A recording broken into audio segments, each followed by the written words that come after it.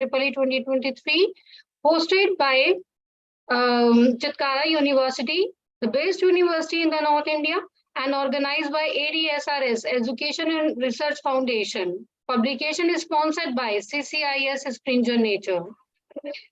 ICEEE 2023 is provide basically an opportunity to the practicing engineers, academicians, and researchers to meet in a forum to discuss various issues and its future directions of various emerging technologies of allied area of industry applications.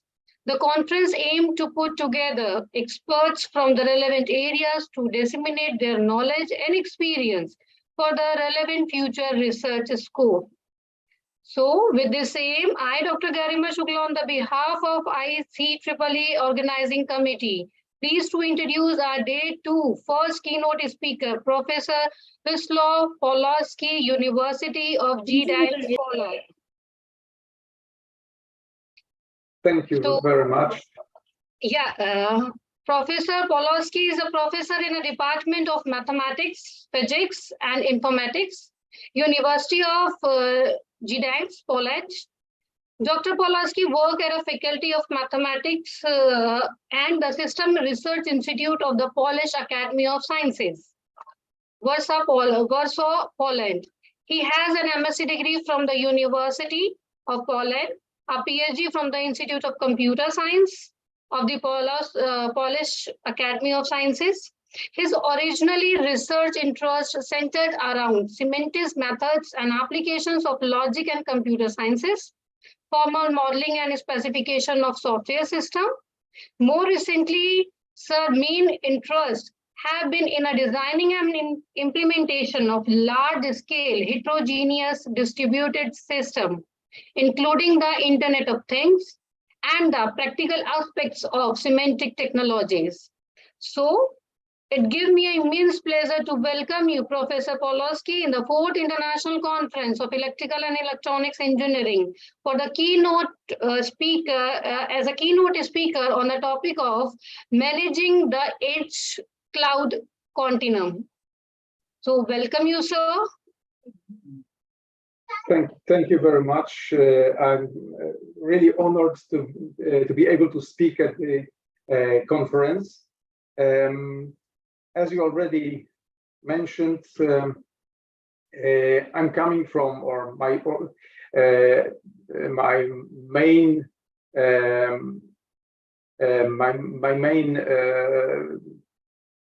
place from which I'm talking to you actually is Gdańsk. It's located on the mouth of the Vistula River on the Baltic Sea, in Europe, of course. And Gdańsk is a nice, I would say, very nice city. Is an important cultural seat containing university, schools of medicine, engineering, and fine arts. We have lots of museums, theaters, gardens, concert halls, and opera house.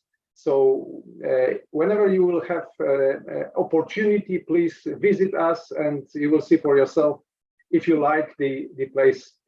I hope you will. As you already mentioned, my primary affiliation is the University of Gdańsk. It's a large public research university, which is one of the top 10 for sure universities in Poland.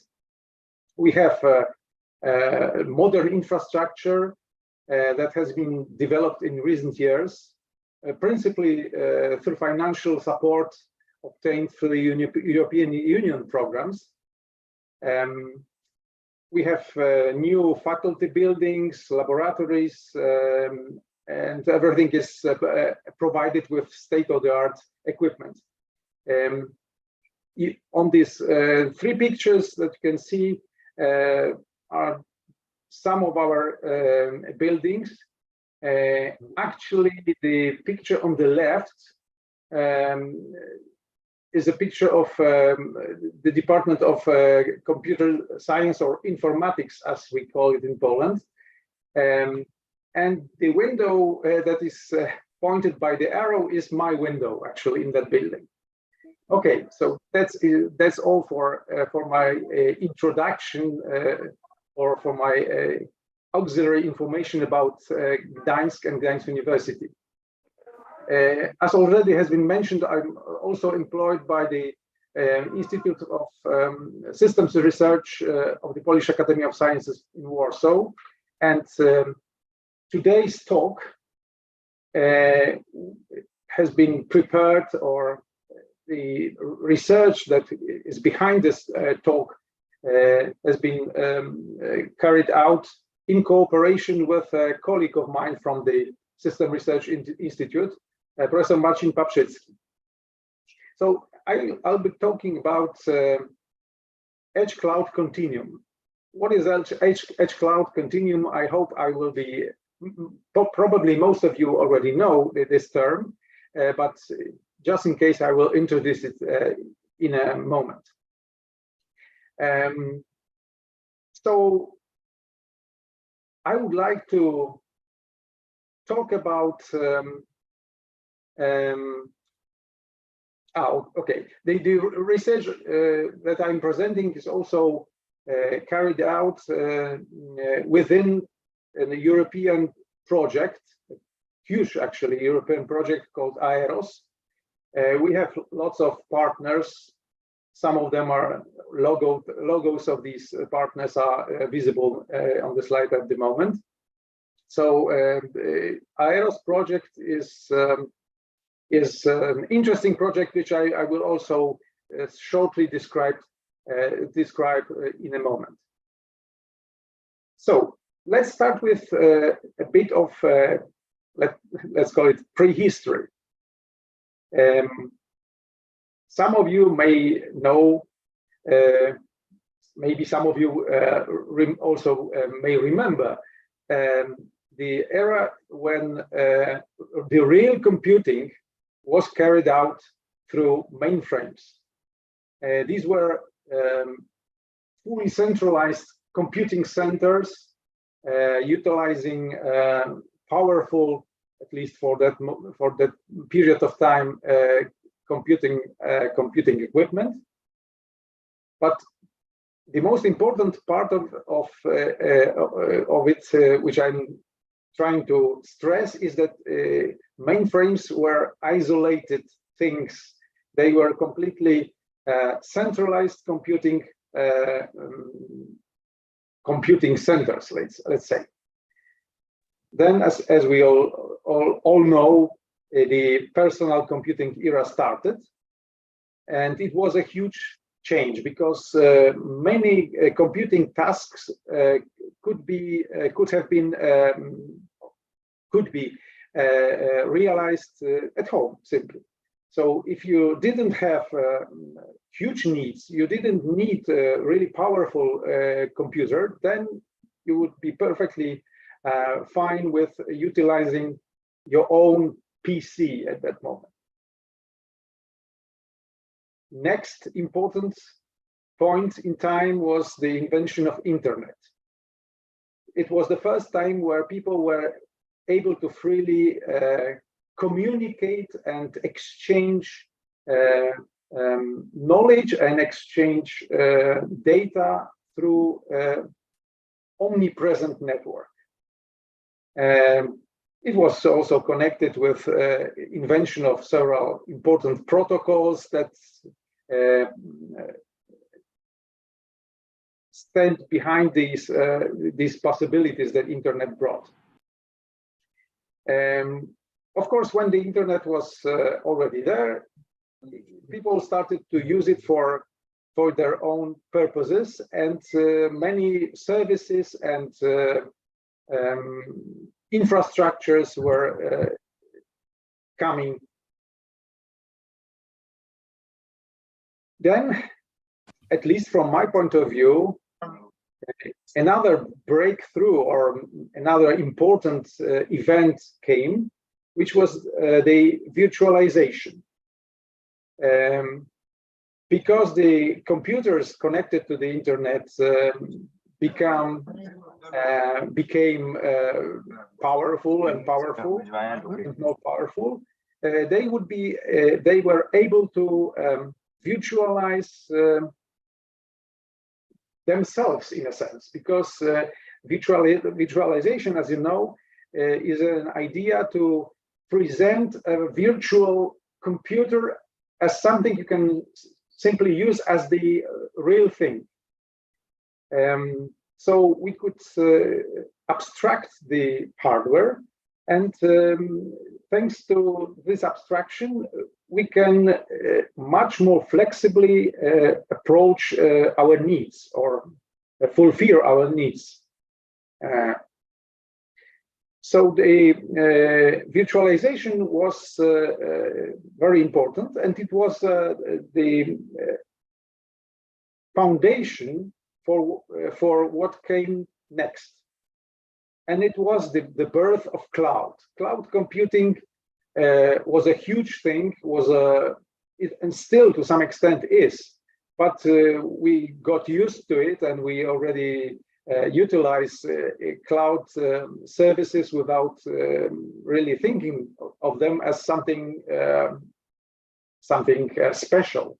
But in the early 2000s, the cloud was new, and it was introduced by huge players on the market already then. By now we have lots of cloud offers, or cloud offerings, or cloud companies that provide their services to us. These can be seen on this list. Some of them you can probably recognize. Some of the big players also come from India. We all know and utilize cloud computing a lot. But cloud computing, even though it's still rapidly growing, and it provides a lot of services, it's not everything. We need something more. Up to now, cloud services can be seen as something that is basically publicly available, but as we know, there are also private clouds, which to some extent correspond to the really ancient mainframe computing centers, because some companies, for example, need huge computing power for their own needs, and it would be unacceptable for them to utilize public services because of the security restrictions and similar issues. Sometimes these solutions, public and private, are joined, because some of the services, for example, company can expose some of its services to the outside world, whereas keeping the others for themselves. So we have hybrid solutions as well. Because, as you already saw on the previous slide, we have lots of cloud providers. It's a natural thing to utilize or to think about multi-cloud solutions. So you can, as a company, for example, you can utilize several cloud providers for your own cloud provider services for your own needs. This actually, for obvious reasons, introduces some problems, because even if you utilize just one cloud provider, it will probably sooner or later introduce a lock-in situation where your own systems are so tightly connected with the given cloud provider that even if you wanted to change to another one, it will be difficult because the solutions are hardly interoperable. It's of course not. It's to some extent understandable that companies are competing. The cloud providers are competing, and in this way they are trying to offer you fantastic solutions, but these solutions will be available only through them. So it's a risk. Let's look at the other end of the computing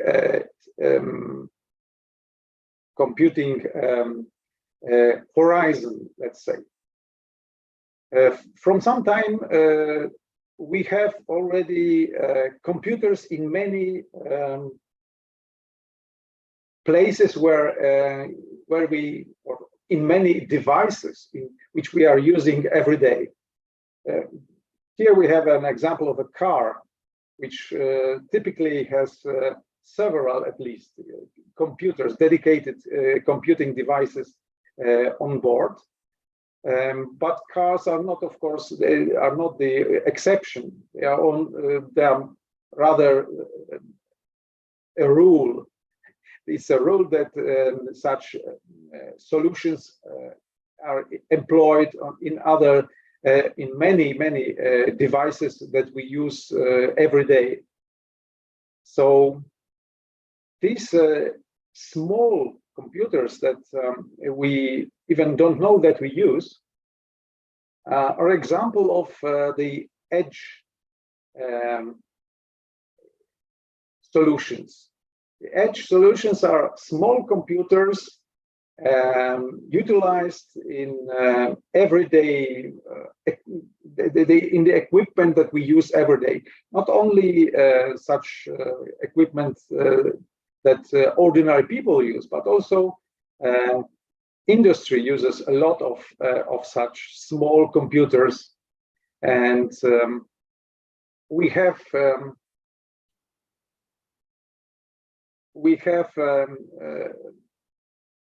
lots of such solutions or such devices running in different areas of industry. This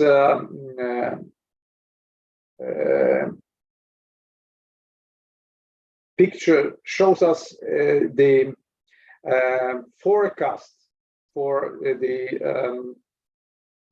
IoT market for coming years, and you can see that with every year we have growing number of these devices, and they are already counted in billions. Furthermore, these IoT devices are also interconnected. Of course, not all of them are connected with. Not all of them are connected. But, there are groups of IoT devices that are connected, and they are used for some specific purpose. These IoT deployments and cloud infrastructures that I shortly mentioned in previous slides, they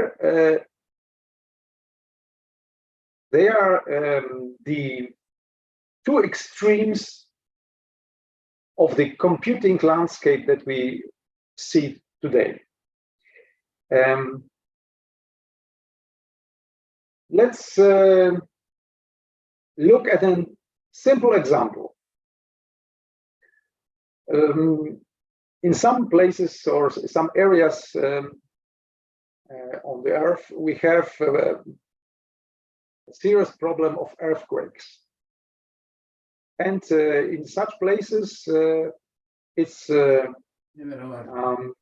quite important to be able to warn people that an earthquake is coming, and they could evacuate, and they could save their lives.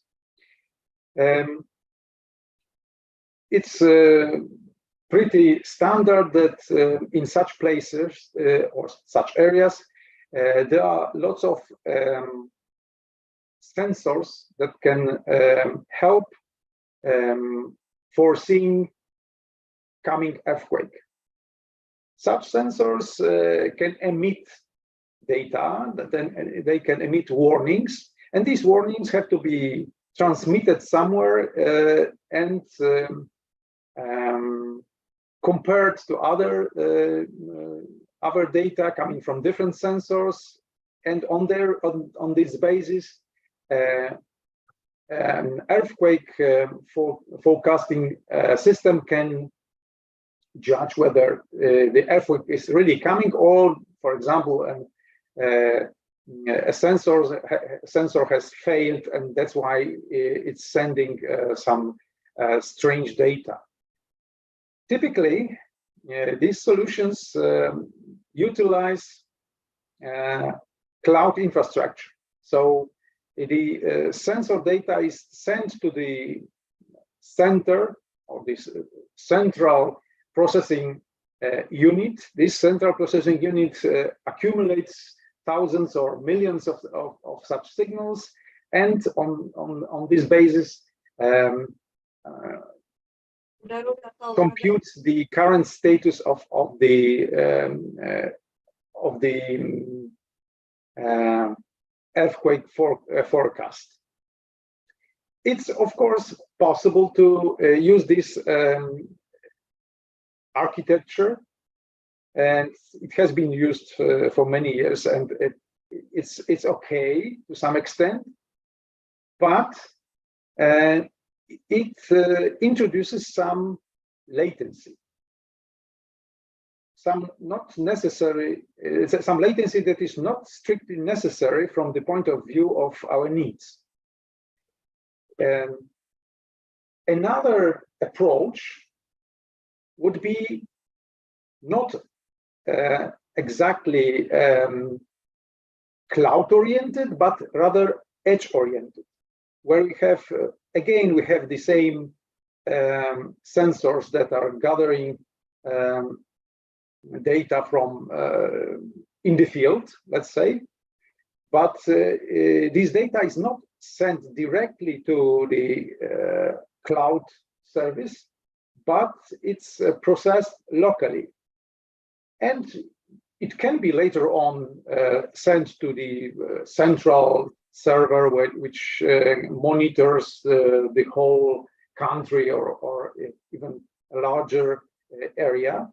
But the warnings are actually generated locally.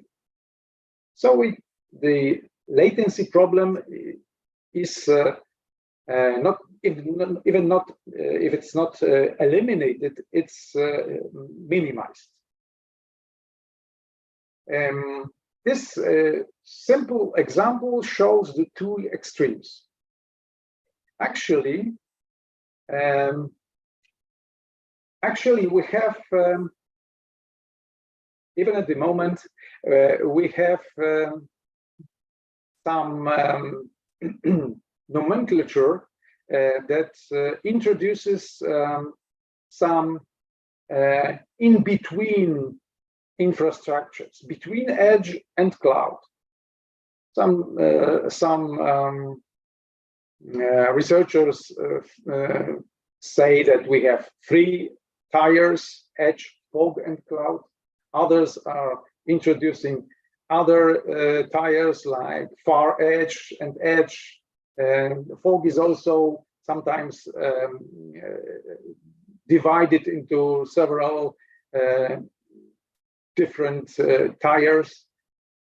But what is important is, as you can see on the picture, that if we go from the edge to the cloud, the latency grows, and if we go from the edge to the cloud, typically the computing power grows as well. But as I already demonstrated on this slightly artificial example of the earthquake monitoring system, the computing power might be sufficient much earlier than at the far end of the cloud computing centers. So we can react to some events, we can monitor them, or we can simply process data much closer to the origin than at the cloud. It's not only the matter of latency, of course, because for companies, for example, it's a matter of safety or security, because their data might be sensitive, and they don't want to send them to the outside data centers. So we have several such tiers of computing in this hierarchy. And it leads us, in a natural way, it leads us to the idea of continuum. So what is the edge cloud continuum? It's a unified view of the computing resources that we have already there. Because it's not true any longer that at the edge we have only dumb sensors, and we cannot process the data they produce. And between edge and cloud, we have lots of computing infrastructures that can be utilized. The processing of data close to the origin of their production, let's say, is an important thing, because first of all, the latency is minimized, so it pays off to process data close to their origin. We can control the privacy of the data, and we can also utilize some specialized equipment, which is not typically available at the cloud end.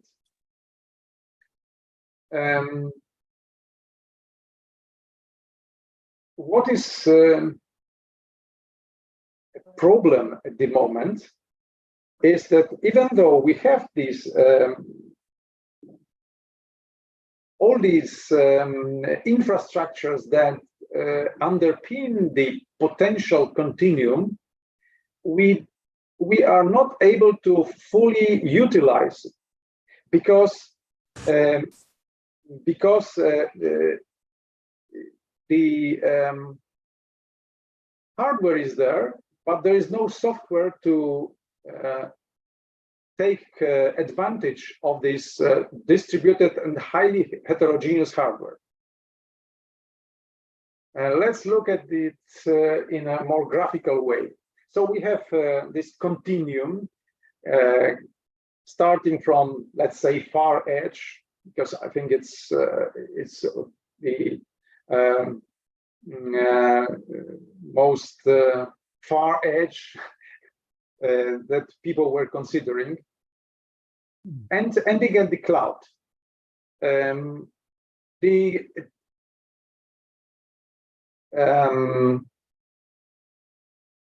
latency and the computing power are two aspects that I was already mentioning, but there is one more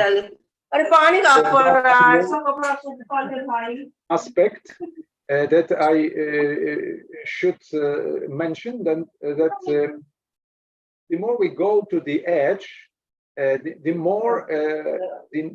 more devices of specific kinds are there. So we have billions of edge nodes, and we should be able to somehow manage them, or manage the computing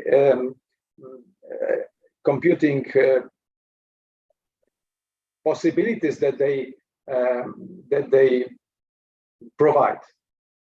And if we are able, or if we will be able to homogenize this continuum, this computing continuum, it will unleash its full potential.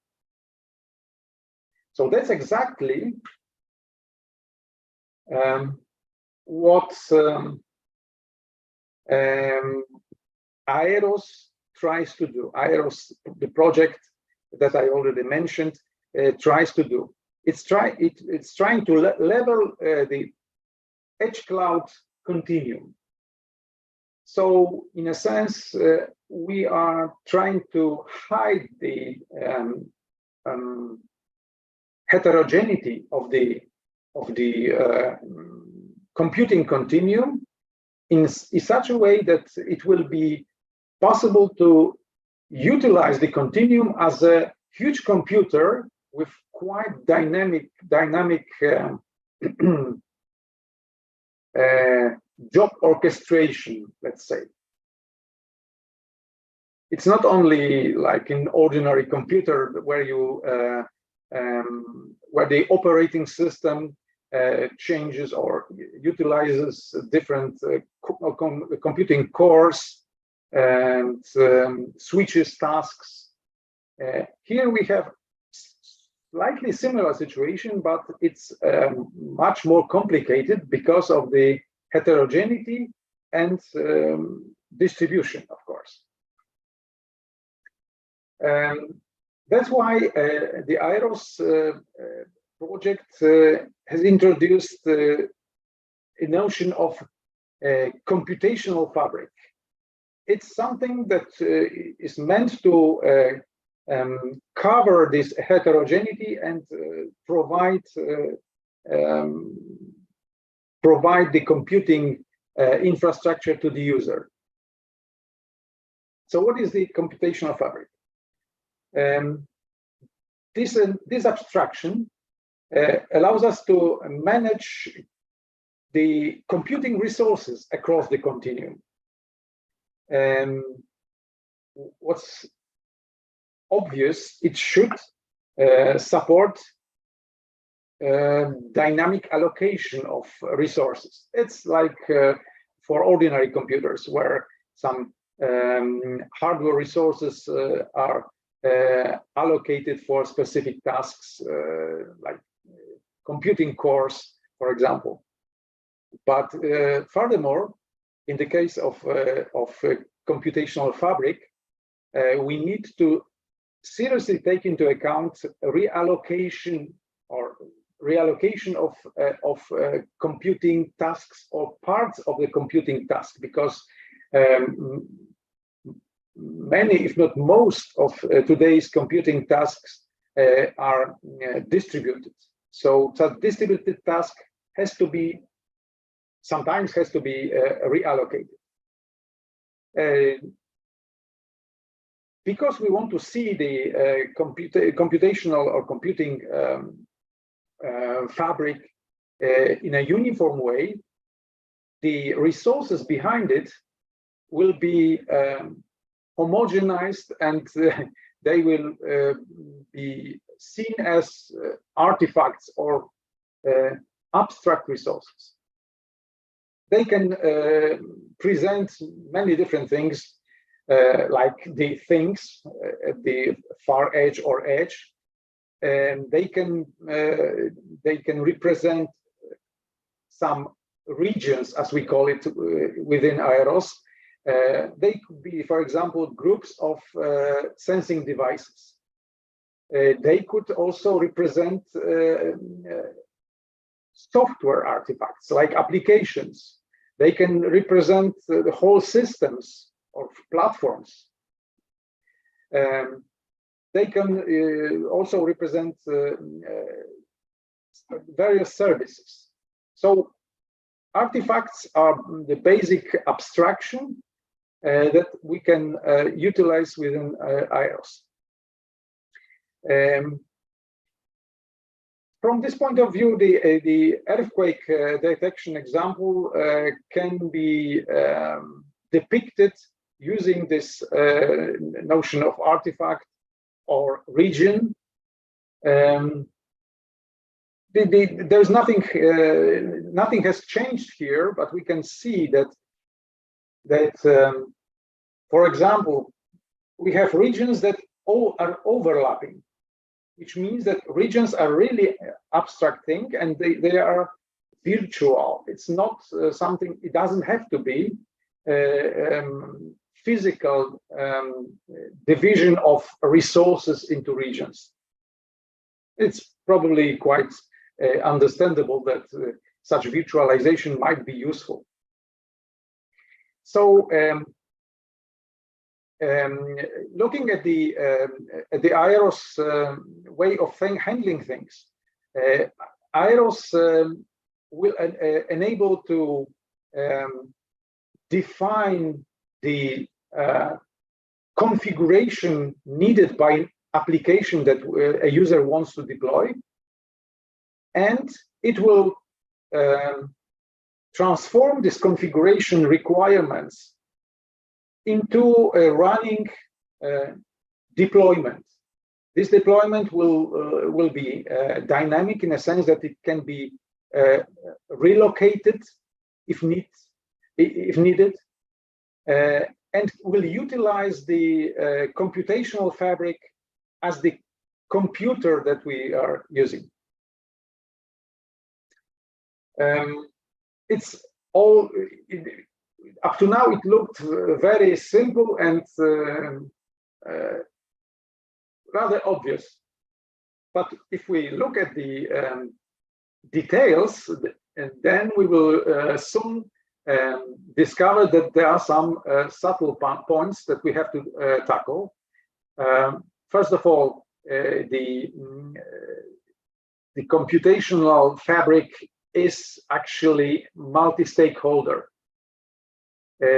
So we have to take into account that not everybody is able to use every piece of the computational fabric.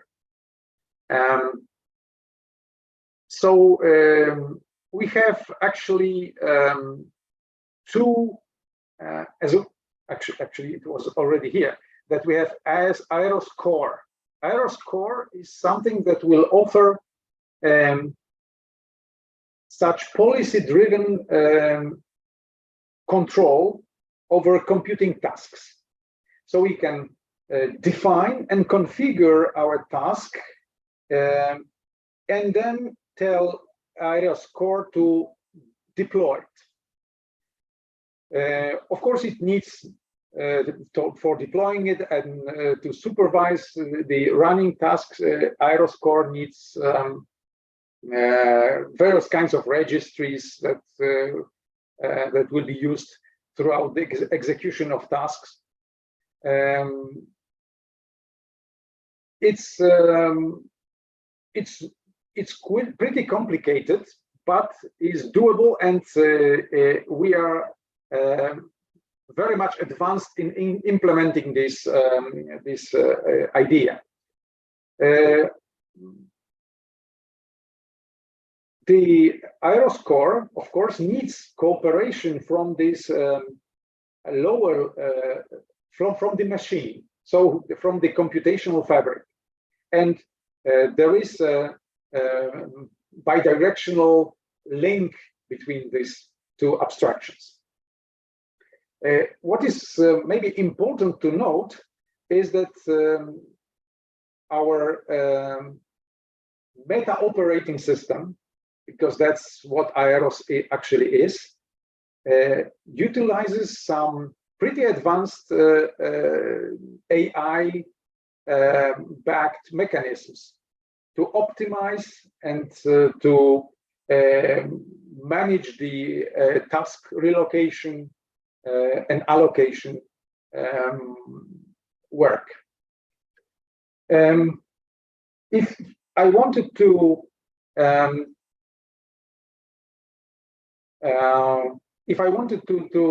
give you an example of how AEROS could help you in a general way, if you are a user that wants to deploy and execute some task, actually all the tasks that AEROS will be handling are containerized. The choice of the containerization system is not important here. The idea of containerization is important. So if you want to deploy and execute such containerized tasks, you will be helped by AEROS. AEROS will use your guidelines that you have presented in the configuration of the task to choose the best location, best quote unquote, because it depends on your needs and on your suggestions that you already put into the configuration of the task. So it will use the best location of the continuum and match some perhaps other requirements that you have put. So AEROS allows us to define such requirements and execute the deployment.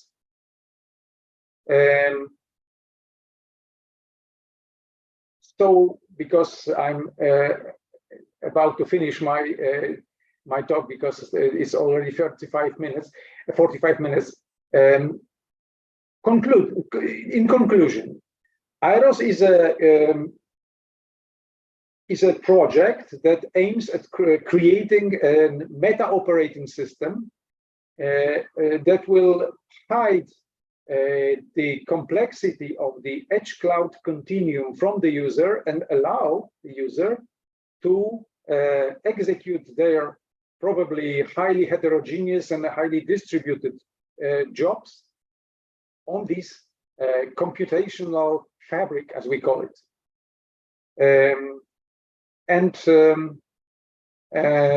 The project is in the middle of its execution, and we are pretty sure that the final outcome will be usable, at least. But at least it will be a proof of concept. I'm pretty sure that we have to deal with something like the edge cloud continuum in the future, and we have to deal with it in a uniform way. And AEROS will provide a proof of concept or usable proof of concept in that direction. Okay, thank you so much. If there are any questions, I will be happy to answer them.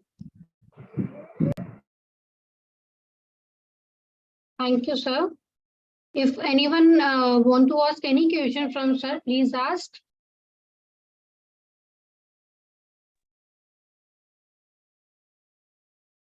No, thank you, Professor Visla. It's our honor from Chitkara University to welcome you. So, of course, it was a great, topic of great interest to everyone, because everywhere we are talking of data, we are talking of, how to store data, how to access and faster access, and cloud, edge, and fog definitely is the way.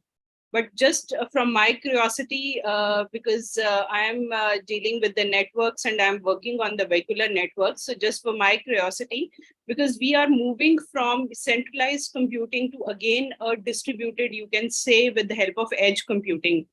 So now how the security part would be taken care? Because at a centralized level, you can have the security.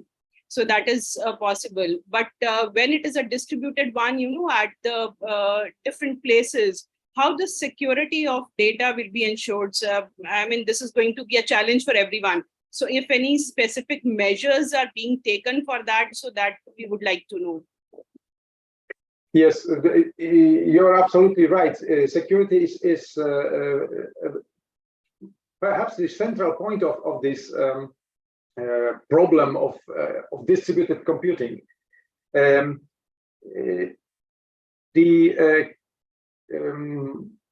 design of this abstraction over elements of the computational fabric, which is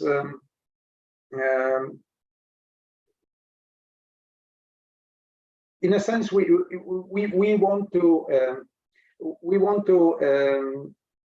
view certain computational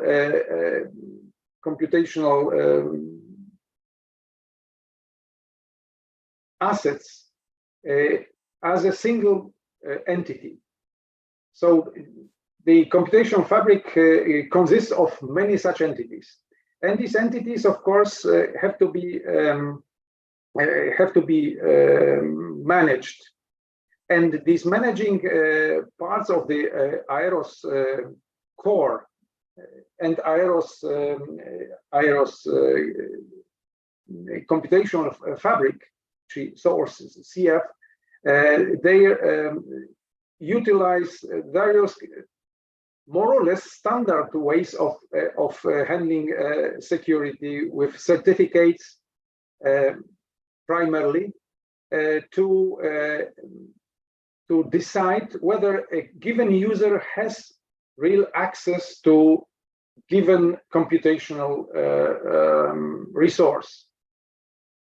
So there is, at least I'm not aware of any absolutely novel approach here. It's basically based on certificates, which are used by the running IROS job. When the IROS is trying to move certain parts of the job from one resource to the other, it has to verify using the certificate of the user that the other part of the computational fabric is accessible for that user. I'm not sure if I answer your question, but that's basically the idea how it is done. Yeah, thank you, Professor Vishnu.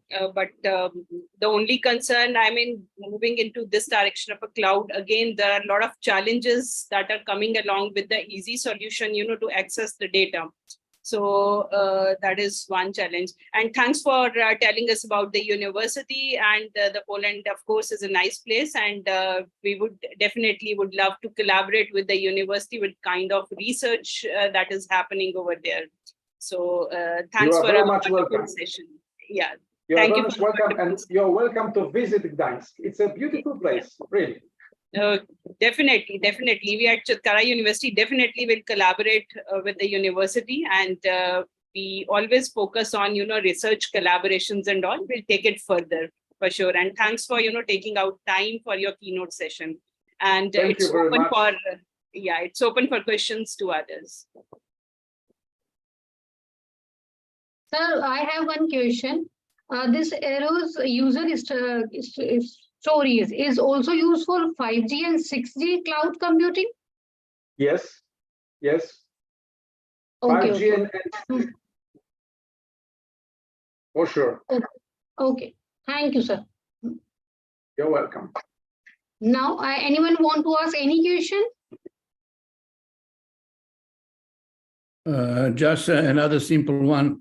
So basically, as I can understand, you are actually developing cloud edge operating system, which is a Yes. distributed system actually.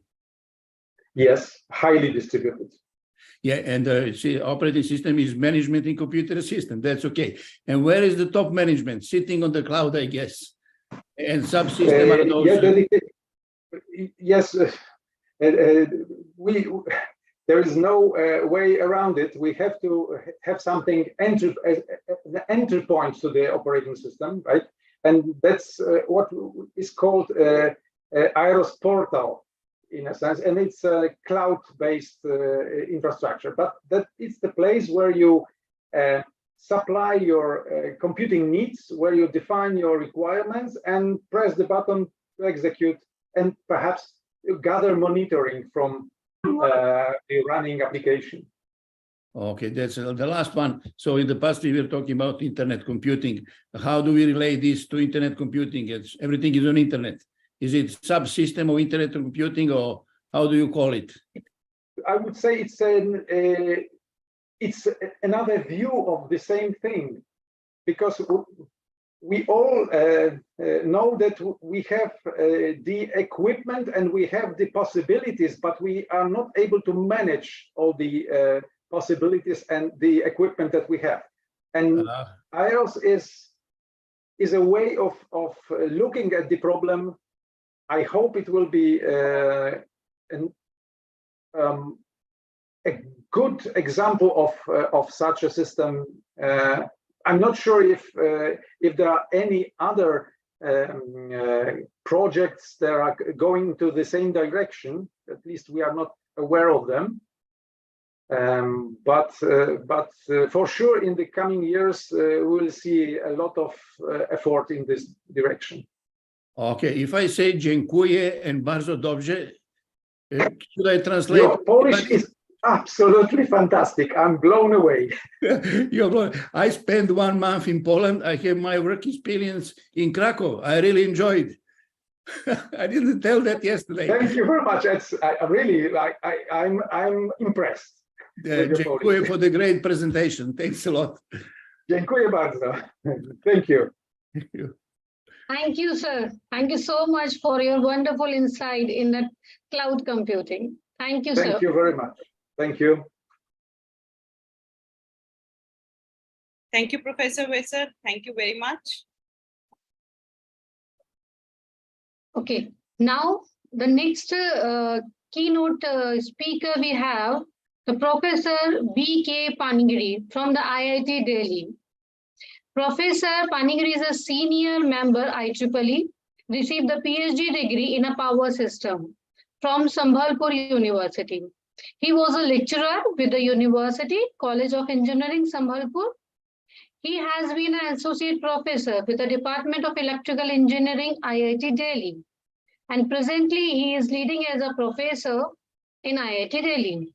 His research interests include intelligent control of flexible AC transmission system devices, digital signal processing, power quality assessment, and application of soft computing techniques to power system planning, operation, and control.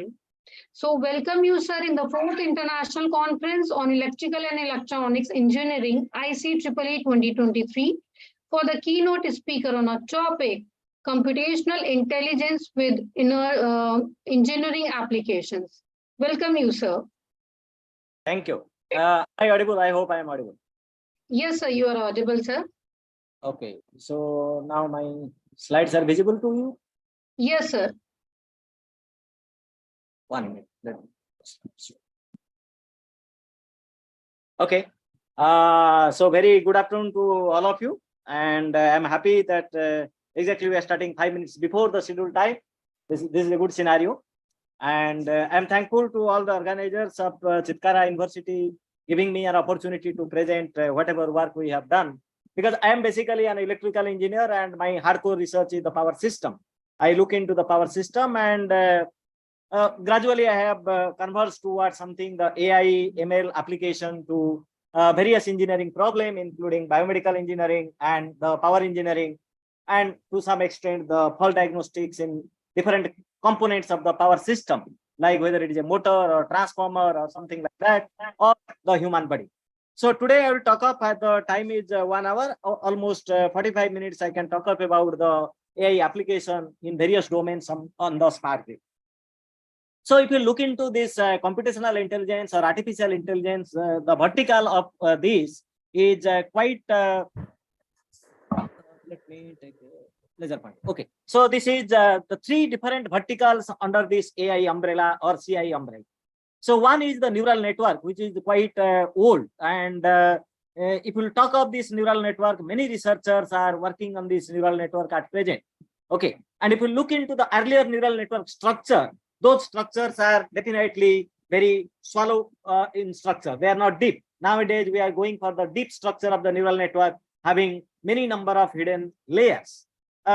So basically what a neural network does, the neural network is mostly governed by the learning technique. If I'm talking of the learning, so any learning, whether the learning of the human being or also is a very slow process. And this learning is mostly governed by the correctionist model of the brain. So we gradually learn, like being the teacher, being a professor in any of the university, even if not university, in any of the school also, we teach the students how to write a letter A or how to recognize between the different color of the flowers. For example, initially they recognize, okay, all the flowers, for example, the rose is also red in color and the hibiscus in red in color, but there immediately we don't give any impression, the petal length, sepal length, etc., etc. Forget about that. So why I'm telling this, if any learning process is associated with a slow learning process, and during the learning, we know that always we try to minimize the error during the learning. So the same thing happens in the neural network. You create a structure of the neural network. And why I go for the neural network? So mostly people ask, see, for example, the prediction problem. And I can assure to all my research scholars or who are attending this particular thing, everybody has done some kind of prediction while in class 3 or class 4. The very simple example is, if I'll give you a time series 2, 4, 6, then hyphen dash dash, then immediately a class 3, class 4 student can tell, okay, 2, 4, 6, then 8, 10. But immediately if I'll change my time series to 1, 4, 9 dash dash, he or she may not be able to answer. But he or she may be able to answer when he or she is in class 6 or 7. That is 1, 4, 9, then automatically 16 and 25, the square. So this is having a non-linear trend. The earlier is having a linear trend. So we are associated with all this forecasting or the prediction of the next number from a time series. So this is simply the concept of the time series forecasting. There are different methods when we go to engineering and other to forecast the next thing based on the previous history. So very simply, I have an array of numbers. This number may be the electrical load. This number may be the electrical price. This number may be the rain in a particular period in millimeter.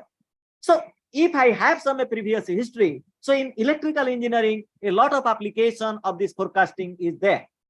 We do the electric load forecasting. We do the forecasting of the solar insolation. We do the forecasting of wind power, because all these are very important unless you forecast this, because every forecast while talking of is associated with certain amount of the uncertainty. No forecast is perfect. Every forecast is associated with the error. So now for that, the neural network comes into the picture.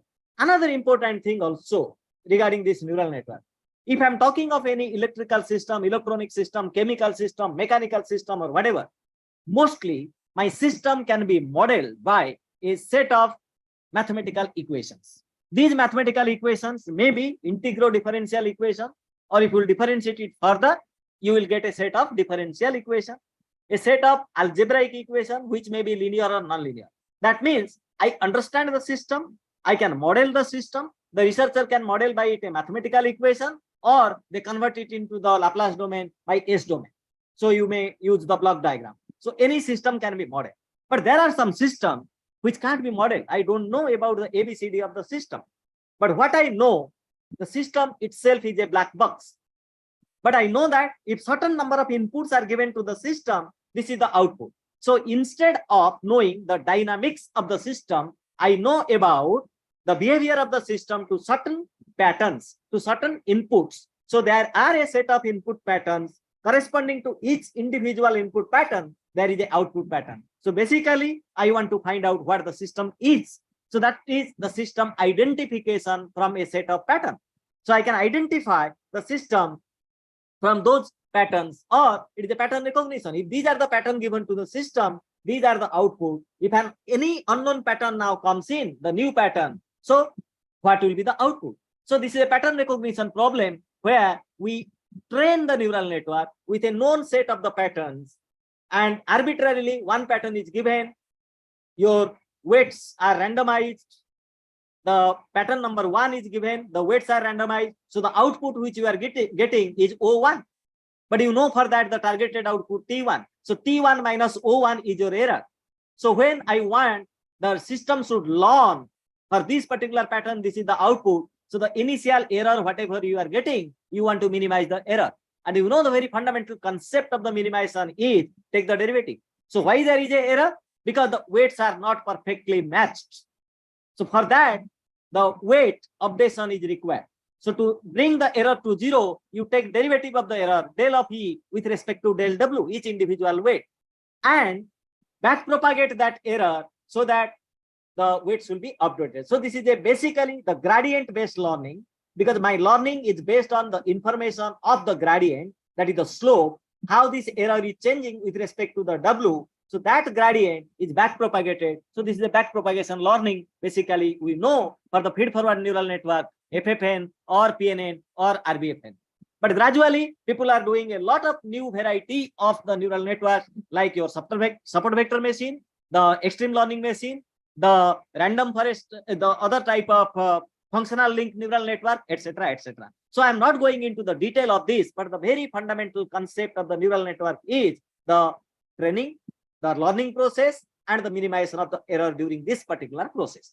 Okay, so it has a lot of application for system identification, for the forecasting, for the prediction in any domain of engineering or science. Then the second vertical, which is very important in the CI and AI domain, is the fuzzy logic, thanks to Professor Lapti Jade, invented in 1965. So when at that time the fuzzy logic had been invented, so the main idea of the fuzzy is basically on the perception. This is the high level abstraction of the human cognition level. I will give a simple example to understand the concept of the fuzzy. For example, and many people know the fuzzy is mostly used for the control purpose. Earlier, the pioneer work on this fuzzy is the fuzzy based control. Whether it is a Mamdani based control or whether it is a Takagi, Sugeno, Kang based fuzzy inference system, that I will discuss later on. But fuzzy is mostly used in the control scenario. I will give one example. For example, I am driving a car. So when I am driving a car and I am sitting on the driving seat, on the driver's seat, then I have to control the steering, number one. Number two, I have to control the acceleration.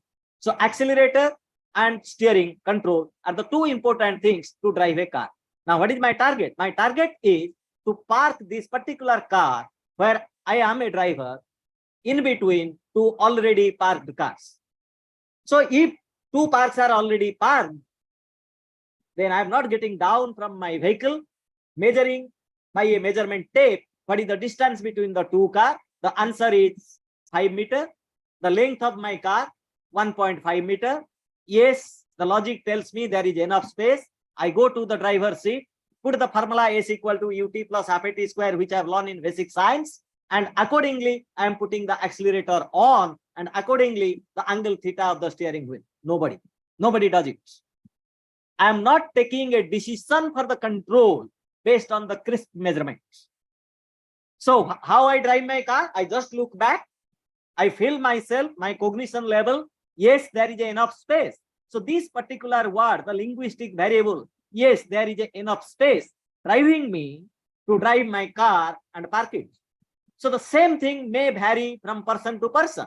If there is another driver who is a new learner, and for me it is enough space, for him or her there is no space. The measurement is same, but the perceptions are different. So that's why whenever the control action is taken based on the human cognitive consent, human cognition level, or the perception, that is basically the fuzzy. So fuzzy is mostly we use for the control, for the uncertainty handling. There is a type 1 fuzzy, type 2 fuzzy. So these are the different aspects where fuzzy logic is utilized in various domains of engineering and decision making. Coming to the third vertical, which mostly people know, they started from the basic genetic algorithm 1975 by John H. Holland, which is the algorithm which is basically used for the non-traditional optimization. Why I'm telling non-traditional optimization? Because just now I have told, if I want to maximize or minimize a particular function, I have to take the derivative of the function, equate it to 0. I'll find out the value of x star and will put that value in the double derivative. If it is a positive or negative, I am taking a decision whether it is a maxima or minima. But please try to understand, there are certain functions. For example, I'm just plotting a particular function here. If this is my function, I want to find out the maxima. How I'll do it? Because the mathematical function, if you know the mathematical function fx, you take the derivative and do it.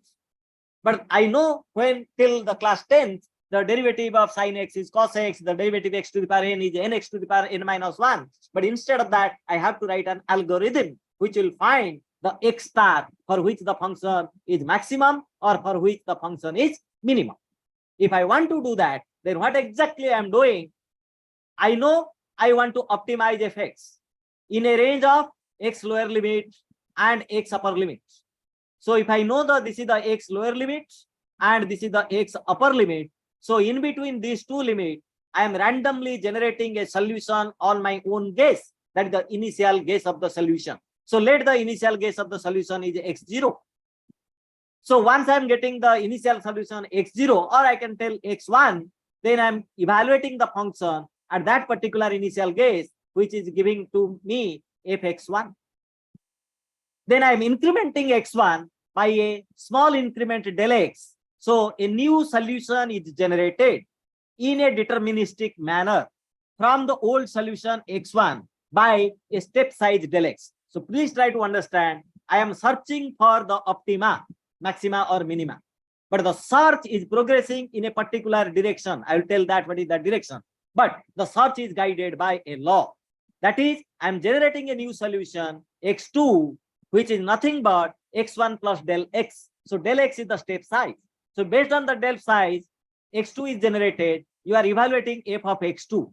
Now, if you have y2, which is f of x2, y1, which is f of x1. So y2 minus y1 divided by x2 minus x1 is your slope. So you record the slope. If the slope is not 0, go on incrementing the step size until you are reaching a point where the slope is 0. Stop your algorithm.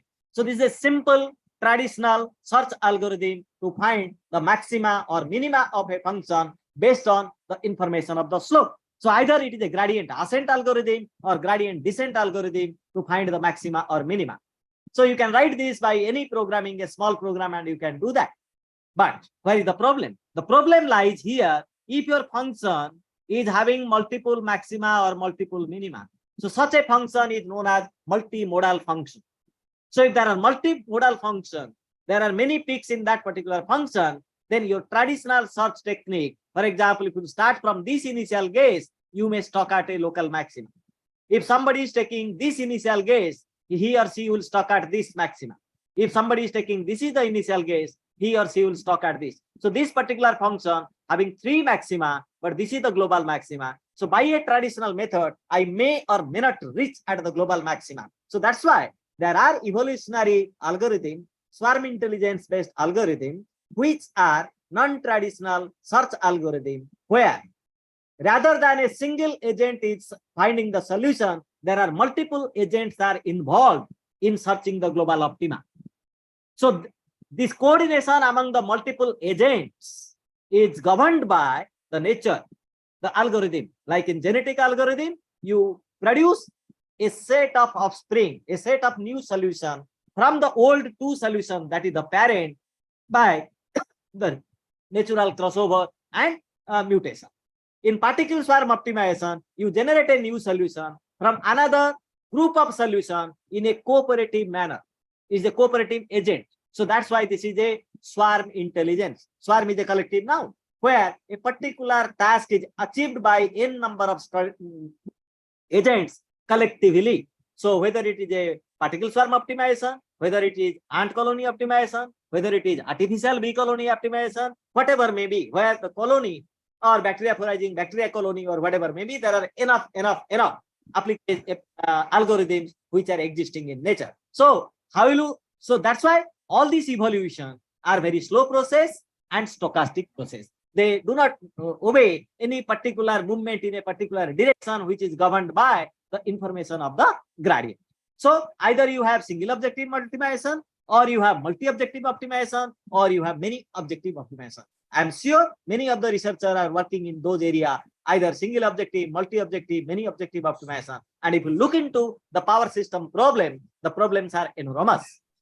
Either you are solving the economic load dispatch, where the total generation cost of the thermal generators is to be minimized, subjected to certain constraints.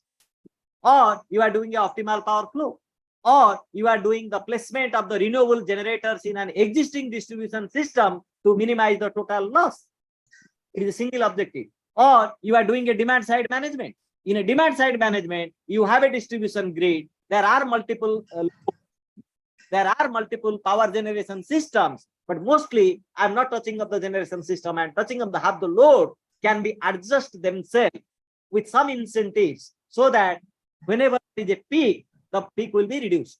So you are reducing the peak. So wherever there is a low valley, you are shifting the load to that. So those things are the optimization. We call it social welfare maximization, demand side management. These are the different problem aspects in power engineering, which many of my researchers may try to do or solve those particular problems. Similarly, another interesting thing of the multi-objective. So while I'm talking of the multi-objective, I'm talking of the objectives which are mostly non-commissionable. They are moving in opposite direction. One example just I want to give you. I want to minimize the cost of the power production, but simultaneously I want to minimize the emission. If I'm producing the power, particularly from the thermal generators, I am burning the coals to produce the power. So if you burn high quality coal, the emission will be low, but the cost of the power production will be high. If we will burn low quality coal, then in that case, the cost of the power production will low, but the emission will increase. So if I look into minimization of the cost of power production and simultaneously minimization of the emission cannot be achieved. These are the two objectives moving in opposite direction. Same thing, you want to produce a car or you want to produce a product where you want the cost of production is less, but in that case, the comfort which you will get from the car or the quality of the product is high. You can't do that. Low quality, low cost, high quality, high cost. Low cost car, low comfort, high cost car, high comfort. But as a user, I want a car with low cost and more comfort. I can't. Similarly, in the managerial economics or the management or something like that, I want to invest money in the market. If you want to invest in the money in the market, what you want? You want high return. So high return is always associated with high risk, but I want low risk, high return, which is not. Similarly, the last example, if there are any researchers who are doing the sensor placement. So when I put the sensors for the better coverage, so more sensors you have to put for the better coverage, the cost will be more. But generally we want low cost involvement and having a better coverage. So there are many multi-objective optimization problems which exists in nature in different domain of science, engineering, and management, where you can apply all these evolutionary algorithms. Coming to the next, what exactly I want to deliver to all of you. Cannot I combine all this? The hybrid algorithm, because many people are doing a lot of hybrid algorithm. Now, if we look into the neural network, I'll be a little bit faster. If we look into the neural network, what is the main problem? The main problem is, I know the number of inputs, I know the number of outputs, but I do not know what will be the best structure or optimal structure of my neural network. If I have 5 inputs, 1 output, then how many hidden layers should be there? What should be the number of neurons in each hidden layer? So the thumb rule is minimum you start with one hidden layer, and the minimum number of neurons should be equal to the number of inputs. So I can start with one hidden layer having 5 neurons. It may not be the optimal network. So what I'll do, I'll run all my algorithm, I'll find out what is the minimum value of the error I'm getting, whether that particular neural network is able to learn or not. If not, I'm increasing another neuron, 5 to 6, 6 to 7, 7 to 8, 8 to 10. Then I'm adding another layer. Again, 5, 5 to 6, 6 to, I'm adding another layer. So sequentially, you build the network. So that method is the constructive method of creating a neural network till you are getting the best result. So this is a sequential search. Or you start from a large network, go on pruning one neuron and one layer till the best structure. So why I'm giving this? Just I have given you an example. Why I will do the sequential searching. In the case of the sequential searching step by step, it may take a lot of time. Why not a random search? So you can apply all your evolutionary algorithms which are random search to evolve the structure of the neural network. So you can fuse, you can have an algorithm to create an evolvable neural network, which is the best neural network for your application, whether it is a classification problem, whether it is a regression problem, whether it is a system identification problem. But ultimately, what is my aim? I know input output patterns. I want to find out an optimal structure of the neural network for my particular application. So where the structure you can evolve, where you can evolve the learning rate, where you can evolve the weight, because always you know the weights are updated based on the gradient. So if the weights are updated based on the gradient, can you guarantee that the error surface, if we plot with k number of weights, it will a unimodal function? This may be a multimodal function. So if you are using only the gradient based algorithm, you may trap at local minima. So that's why you can evolve the weights also by this random search method. So my only submission to you, you can find plenty of papers. People are evolving the structure of the neural network. People are evolving during the learning process, the weight of the neural network for creating an optimal neural network structure for your application. Similarly, so that's I have shown here. You can evolution the topology of the neural network. You leave the transfer function, and you know that every neural network is having a transfer function. The transfer function, depending on your application, it may be unipolar sigmoid, bipolar sigmoid, hyperbolic tangent, radial basis, sigmoid, heaviside, step function, and nowadays many other functions, rectifier, limiter unit, ReLU, etc., etc.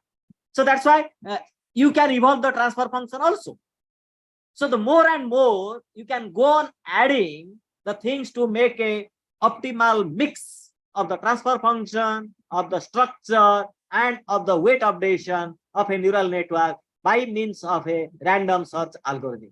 Which algorithm you follow, that depends on you. Either you will go for PSO or differential evolution or ant colony optimization or whatever, but look into your problem and solve it to find out the optimal structure of that. So that is my main aim here, to tell how to hybridize that. Same thing can be done for the support vector machine, where in the support vector machine, you don't know what kernel will be the best kernel for your application. Whether you want to take a Gaussian kernel or you want to take some radial basis function kernel or what type of kernel. People take the wavelet based kernel also for the application purpose, but I'm not sure which kernel is best suited. Again, I'm repeating every time, for your particular application domain, looking into the nature of the data and all other things. So that's why this is left on you to decide how to hybridize these two algorithms. One is from the number of evolutionary algorithms or swarm intelligence based algorithm, and the number of neural network structures, starting from simple perceptron, multi-layer perceptron, feed-forward neural network, to support vector machine, extreme learning machine, random vector functional link neural network, or you are going for deep neural network or CNN, whatever. So that is I leave on you. Similarly, here I'm giving a multi-objective application to the neural network structure. So when I'm creating a application of the classification, for example, so the accuracy is a major concern. I am diagnosing a disease. I am diagnosing the fault.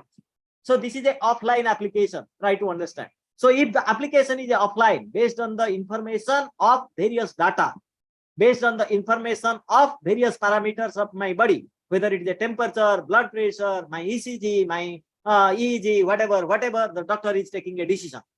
Now, there I need accuracy must be high. So look into the objective, accuracy high. For the accuracy, high accuracy, what you need, the complexity of the neural network will be more. Now, in all these cases, you can see there are 2 input and 1 output, 2 input, 1 output. But if your neural network is complex, having more number of hidden layers and more number of neurons, in that case, the complexity increases, which decreases the error or which increases the efficiency. But in some cases, I should get high efficiency, that is low error, and simultaneously the computational burden also minimum. You can't get it. So here you can also find out the optimal type of application, the multi-objective application. What is the best neural network structure for you, looking into both the objective. Objective 1 is minimization of the computational burden. Objective 2 is maximization of the accuracy or minimization of the error. So either or can be handled. So based on that, you will reach at a compromise solution based on your application. For example, you are making a neural network based controller. So if you are making a controller, I can't wait. The controller has to take action after a lot of time. The system may become unstable. So that's why in that case, you may tolerate to some extent of the error.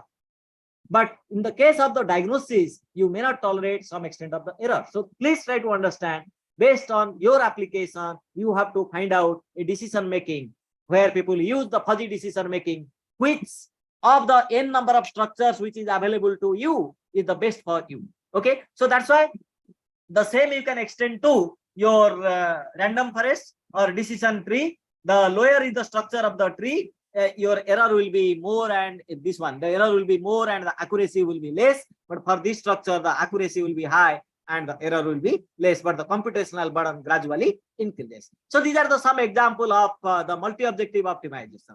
Now coming to the fuzzy logic and application. I have already told you about the fuzzy, but every fuzzy logic application are based on 3 steps. One is the fuzzification of the input variables. For example, I am controlling my air conditioner so that it will give the comfort to the people. So when I'm controlling the 2 measurements I am taking, one is the temperature and another the humidity. So I can have the algorithm, if the temperature is high and the humidity is high, then the fan speed will be high, okay, because it's a high temperature and high humidity, as well as the coolant, whatever, should be high. So that's why the first you fuzzify. How much high is it? What is high for the temperature? Maybe it depends on the application. If somebody is in some area where it is usually the average temperature is 30 degrees, so for them 45 is high. But if somebody is from the particular area where the average temperature is 10 degree or 12 degree, for them maybe 20 degree or 25 degrees high. So that's why instead of the high and low, instead of a particular element X belongs to a set or doesn't belong to set, I'm not taking X is the output is 0 or the output is 1, but I can tell the output is having certain membership function. So that's why you have to convert your variable into fuzzy variables into a membership function. So here you can see, for example, up to 10 degree, I am taking cold. Now, once the temperature increases from 10 to 20, then or suppose you are taking 20 is maybe 30, sorry, 30 degree, you may tell it 1. So now this becomes warm up to 30 or up to some 40 degree or something, but after that you are telling it is hot. So these are the 3 different membership functions. So not necessarily this membership function will be trapezoidal. The membership function may be Gaussian. The membership function may be triangular. Even if it is triangular, it may be a symmetrical triangular like this, or it may be asymmetrical triangular. So that's why I don't know what is the optimal structure. So always, whatever emphasis I want to give you, this is basically an interdisciplinary research I want to thrust on you.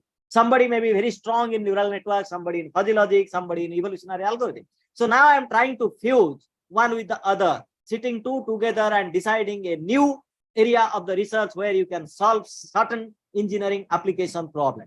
So that's why design a tool, okay, AI/ML based tool, which is the hybridization of one or two different verticals of the AI and ML to create a solution for the existing problem, whether it is a control problem, it is a classification problem, it is a decision-making problem, or whatever may be the problem in any domain of science, engineering, and management. So here, the structure optimization is very, very important.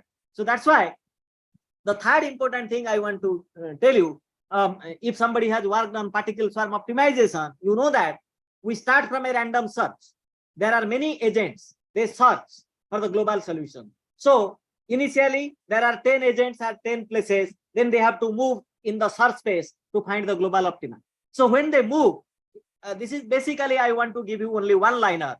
This movement of every particle, that is every member of the group, every member of the swarm in the search space is governed by two important phenomena. One is self-confidence.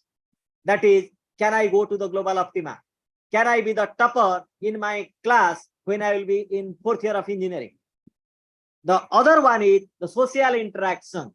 The social interaction, being a member in that swarm, I have to always interact with the topper in the particular semester so that I will be also one of the topper in each semester or like that. So the movement of the particle, that is in mathematically, the generation of a new solution from the old solutions is dependent on two factors. One is known as the social interaction, the other is known as the self-cognition. So that's why how they will proceed. If you look into the first paper of the PSO in 1995 by Eberhardt and C, okay, in that particular paper, the C1 and C2 value are taken as 2.1, but gradually there are evolution how to change this value. So I will just explain why fuzzy logic cannot be applied here to change these parameters as the search progresses. The classical example I am giving, if the iteration is low, this is the logic. If the iteration is low, you are just starting. The diversity is low. All the solutions are at a particular local point. Then in that case, if the solution are in the local point, then what will do? There is no diversity. The global based and local based, they are very close to each other. There is no need of the competing with each other. So in that case, the social interaction value C2 must be low and the self-confidence value should be high. So that is the rule. So you have to create your own fuzzy logic rule, which is known as FIS, fuzzy inference system. This fuzzy inference system, I can give you another example. For example, you are applying fuzzy for your control. I am just giving a classical example of the control where the fuzzy is applied so that you can understand it. So let us, I am giving a step input to the system. Now the system has to follow from 0 and it will go there. And you know that there is a underdamped system, overdamped system or so. So let the system is like this. I need a fuzzy controller. What is the rule? You see, rule cannot be arbitrary. That's why fuzzy FIS is a knowledge base. You must have knowledge about your problem. Unless you have knowledge of your problem, you cannot make a fuzzy inference system. That's why I always give example to all my research scholars and students. If my scooter doesn't start, what I am doing? I am not automobile engineer. If my scooter doesn't start, so immediately I open it, I take a sandpaper and I rub the spark plug. Still, it is not starting. Then I pull or push whatever. It takes 1 kilometer away to the mechanic. So with a lot of sweat on my head and with a lot of tiredness, I told to the mechanic, by this scooter, it doesn't starting. So immediately that mechanic who doesn't have a automobile engineering degree, maybe an undermatriculate, his immediate question to me, sir, have you checked the petrol? Oh my God, I have not checked it. So that's why he is the expert. So first he will check the petrol. The petrol may not be there. That's why the scooter is not starting. So that's why there is somebody is expert in that particular domain. Looking into that, taking the help of that expert, you develop the fuzzy inference system. Now coming to this control, if I'm starting from this particular place, you know that I have to go here. This is the final value. This is the initial value of the system. So the error is final value minus this value. The error is large positive. So if the error is large positive and the change in error is 0, you are just starting. So what you will do? You need a large force to push it towards the final value. So I can write the rule here. If the error is positive and change in error is 0, then, because fuzzy rule is if then the control action must be positive.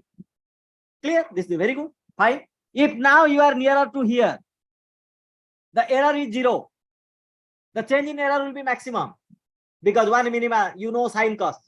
Okay, so error is 0, change in error is maximum. At that case, what you want? Do you need a high control action, which is generally done by a proportional controller KP? You do not need same KP here. So my rule is, if the error is 0 and change in error is maximum, then the control action should be 0. I don't want a pull, I don't want a push. I want to make settle there. So when the system will be here, then the error is maximum, error is negative. Final value minus present value.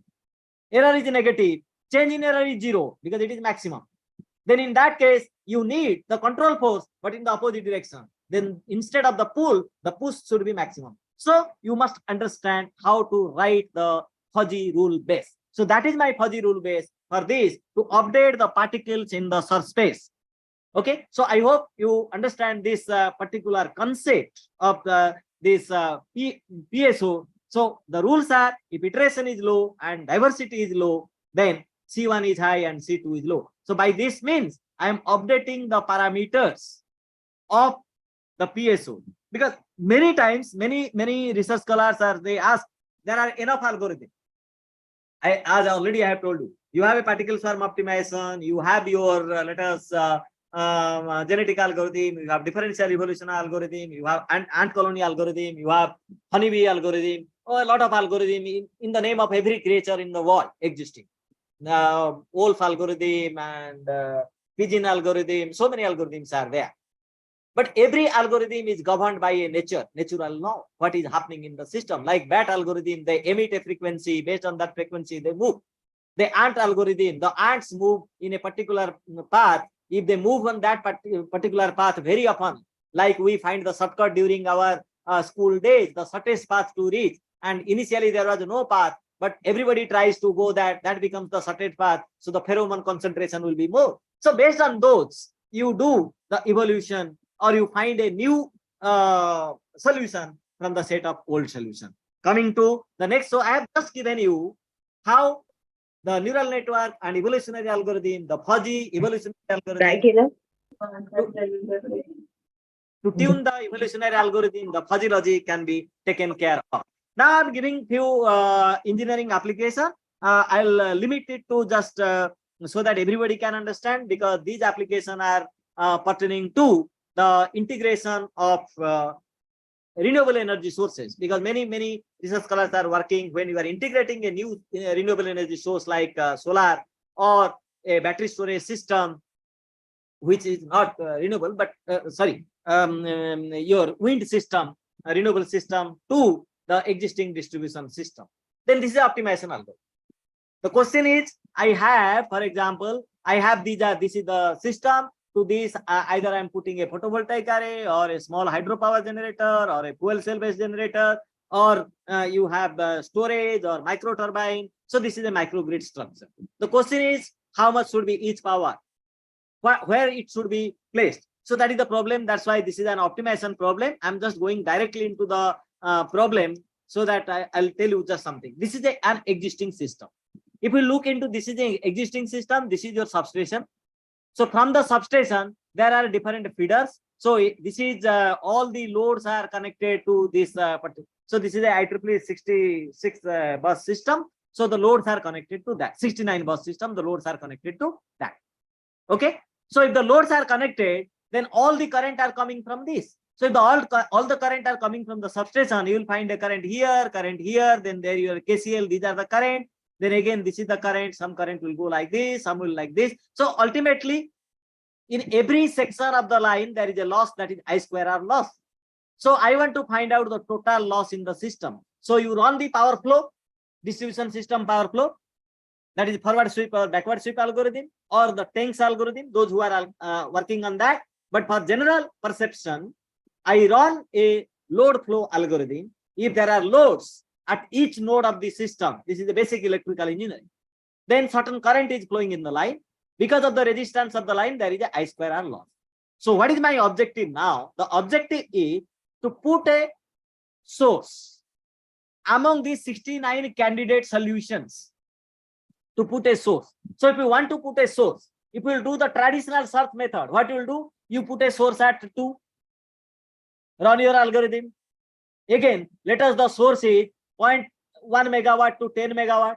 So you take 1 megawatt, 2 megawatt, 3 megawatt, 10 megawatt. So putting at source number 2, you are running the algorithm 10 times.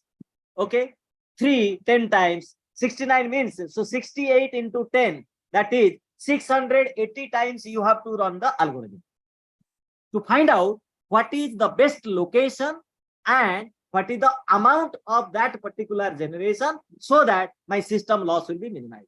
So this is the sequential search I am doing. And I can make it complicated because you make it 1 megawatt, then 2 megawatt. What will happen? It will make it 1.5 megawatt. So instead of 10, it will be 20. So 680 becomes now a 680 into 2, that is 1360. It will further 2720. So the number of steps involved in the sequential learning becomes very, very large. So why I'm giving this option to you is a very simple problem. Instead of a sequential search, I will do a random search. If I'll do a random search, what are the 2 random things I want to find out? So one random thing, the first number x1 is the location. So I will generate a random number between 2 to 69. Why 2 to 69? Because I am not allowed to put the generation at 1, because then 1 is a substation itself. Okay. So generate a random number between 2 to 69. Let it is 15. Generate another random number x2, which is the minimum 1 megawatt, maximum 10 megawatt capacity of the generating station. So this may be 2.3. Similarly, step 2, generate another random number 35, 7.1. Another. So this way I am generating n number of population in GA, or the n number of swarm in particle swarm optimization, or n number of ant in ant colony optimization, or n number of honeybee in honeybee optimization, or n number of bacteria in bacteria foraging optimization. So this is a swarm. That means instead of a single guess of the solution x0, I am taking n number of guess of the solution in population. They will be evaluated. So for 2 and 69, I am finding a loss, that is objective function. For 15 and 2.3, I am finding another loss. For 25, 7.1, I am finding a. So you run all this n, you will find the loss. Okay. Now 1 will be the global maxima. That is the best solution. Then you proceed as per your algorithm by a random search technique to converge to a solution which is the optimal. Pardon? Okay, so we will find the optimal solution for that. So this is the simple way, but those who are writing this algorithm, now you have 2 algorithms. Please try to understand. One algorithm is this is algorithm 1, that is your load flow solution. Because many times the researcher has doubt in, once I am applying any evolutionary algorithm or swarm intelligence algorithm, I must have an objective function in mathematical function. Fx equal to 7x cube plus 5x square plus mod of sin x plus something. No. So here the algorithm is, one is your load flow algorithm, the other is your particle swarm optimization. So what particle swarm optimization does? It does 10 random solution.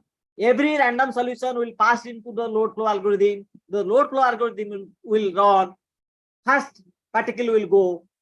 Load flow algorithm will run. Once it will run, the function value will come to as objective function of particle 1. Then particle 2 will be passed on. Instead of a mathematical function evaluation, the load flow will run.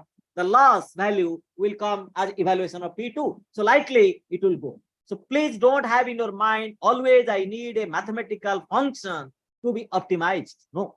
For example, you are doing a classification problem, or you are doing, let us the efficiency maximization. So that's why these are the 2 different problems. Okay, so this is the way we are doing the solution, and you can find out this for any sample system, where if it is a single DG placement or 2 DG placement, now the number of increases. So if you are you do the permutation combination, how many number of things will come? So likely you can find out the maximum number of DG penetration and the total number of DG penetration in that particular system. Similarly, you can increase a little bit, because now as many inverter based DGs are there, they inject the harmonic into the system.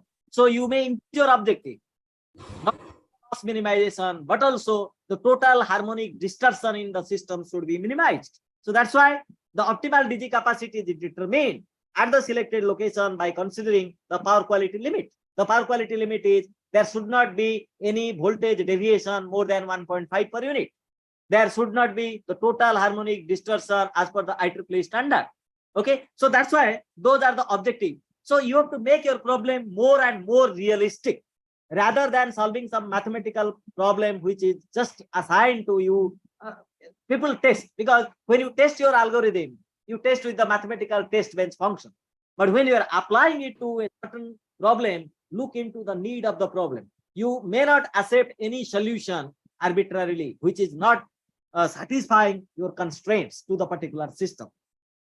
So that's why here I'm considering the DG penetration, the same, what is the maximum allowable size of the DG penetration, looking into the system where the constraint is real reactive power balance, the voltage limit within the limit, total harmonic distortion less than 5%, individual harmonic distortion less than 3%. You may add more and more operational constraint to the system to make it.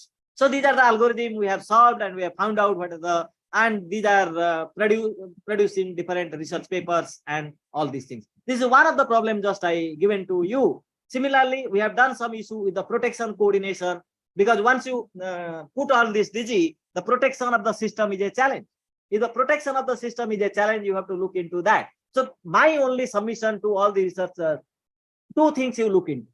One is your expertise area. What is your expertise area? Being an electrical engineer, being an electronics engineer, being a computer engineer, being an IT engineer. Now you are applying this subcomputing, evolutionary computing, natural computing, bio-inspired computing. These are the tools and techniques to that particular problem. So when you apply these tools and techniques to the problem, the first, my humble submission, you understand the problem first. Once you understand the problem, then you find the ornament for that. Then you find the tools for that. What is the best suited tool for that?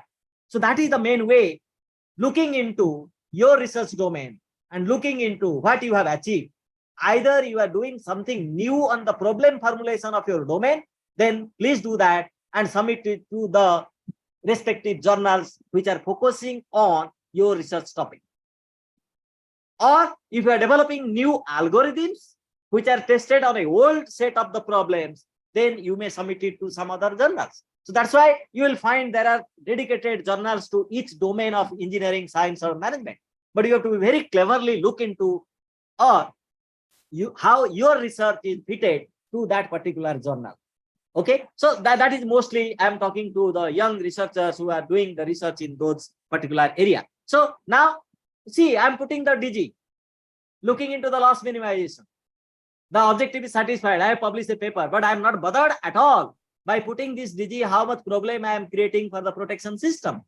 Somebody else is looking into that. Oh, so why you won't look into that in the same problem? Okay, I have to do the loss minimization under certain constraint, but simultaneously I have to look into there should not be any disturbance in the coordination of the protection of the system if any fault arises in the particular system. So that's why the problem formulation itself is very, very important, and you can carry out on that. I'm not going into the detail. I don't have time also. Almost I'm coming to reaching in time. And so we did a lot of work on the protection coordination. Then the other application also, whatever we are doing in this particular area is forecasting. I have told you the load forecasting that I have taken lastly. It's a repetition of those things. Because when you do some power system thing, we have to do it on the commercial softwares, that is PSCAD or EMTP. We do a lot of consultancy pertaining to this for the distribution system and other systems. I'm not going into detail into that. So let me stop here and let it open for the discussion for another 5-10 minutes or whatever you have. Thank you. Thank you, Dr. Panigrai. I am Dr. Meenu Khurana from Chitkara University. Thank you very much for taking out time, from your busy schedule to deliver this keynote session. That was really on a amazing topic and upcoming topic.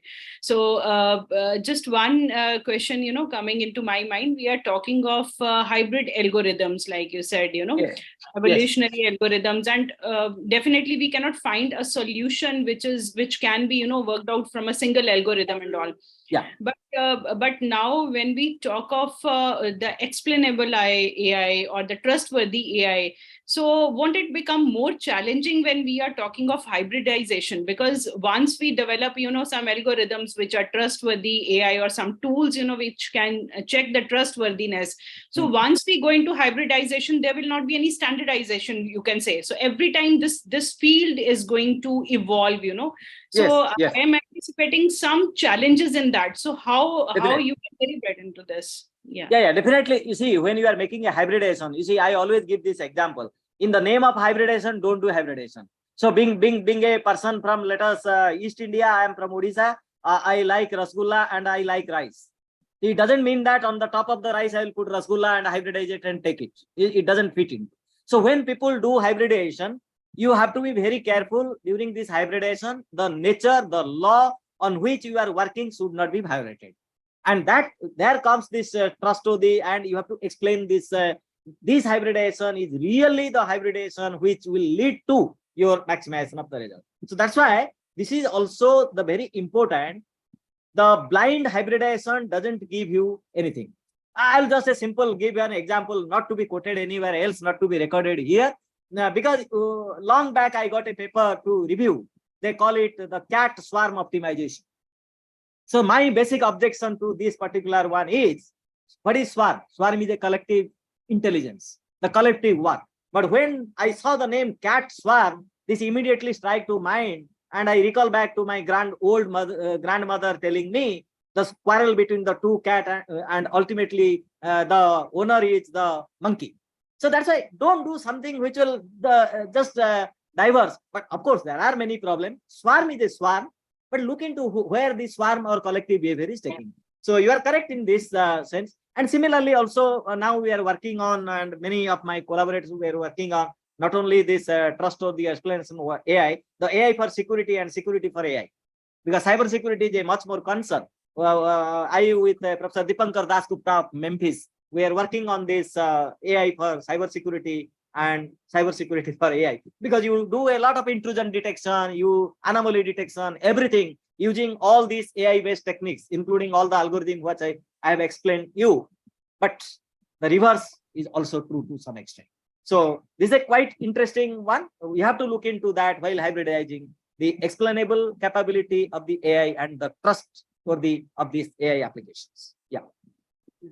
Thank you, Dr. Panigrai. And that was great. You mentioned one thing, that it is not about only, solving a mathematical equations. It is much more beyond that, because when we have to look for the problems actually in the real scenario.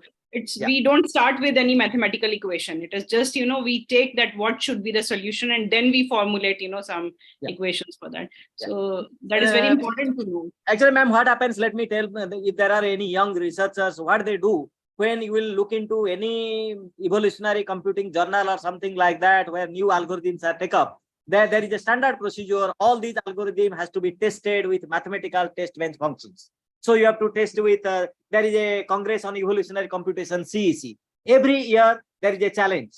Okay, you put a set of mathematical functions, single objective, multi-objective, many objective, multiple constraints. So you solve your problem. But my algorithm may be very good in solving a set of mathematical problems having so many constraints. But when I am going to solve a real world problem, engineering problem, then I have to look into the modification of this algorithm based on my application domain. Because you have to understand, I'm just giving you a simple last example for any layman understanding. I told you about the relay coordination. The relay coordination is nothing but, for me, it is a very simple between the cricket match. So what happens in a cricket match? In a cricket match, the bowler bowls the ball. Ultimately, the ball has to keep by the wicket keeper. So the wicket keeper is the primary relay.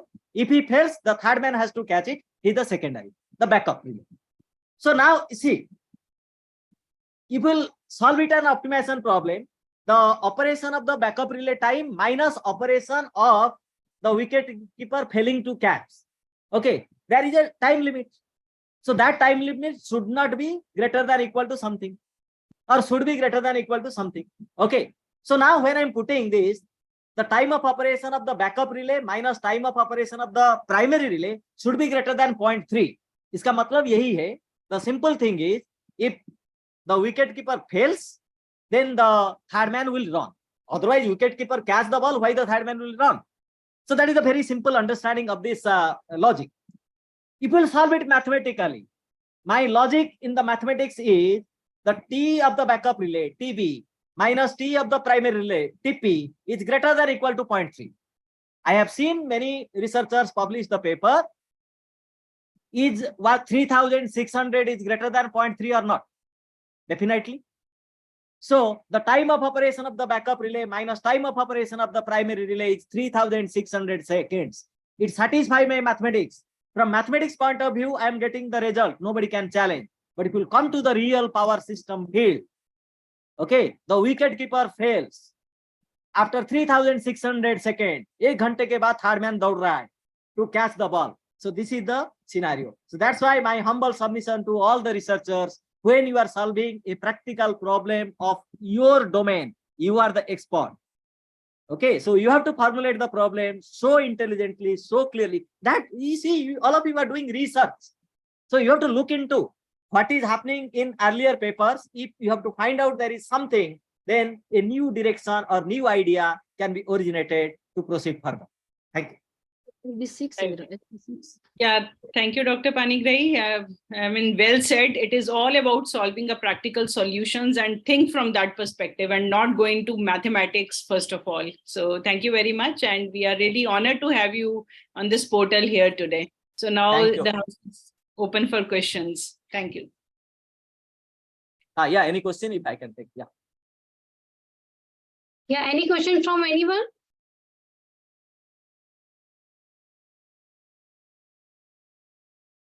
Okay, thank you so much, sir.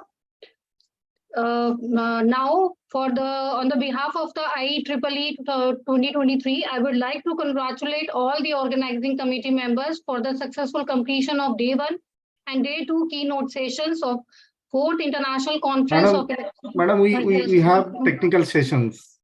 The keynote session only. Yeah. 2 keynote sessions we have completed, sir. Now, the next after that, we have the technical session. So, on the successful completion of the keynote sessions, I would like to congratulate to all of you.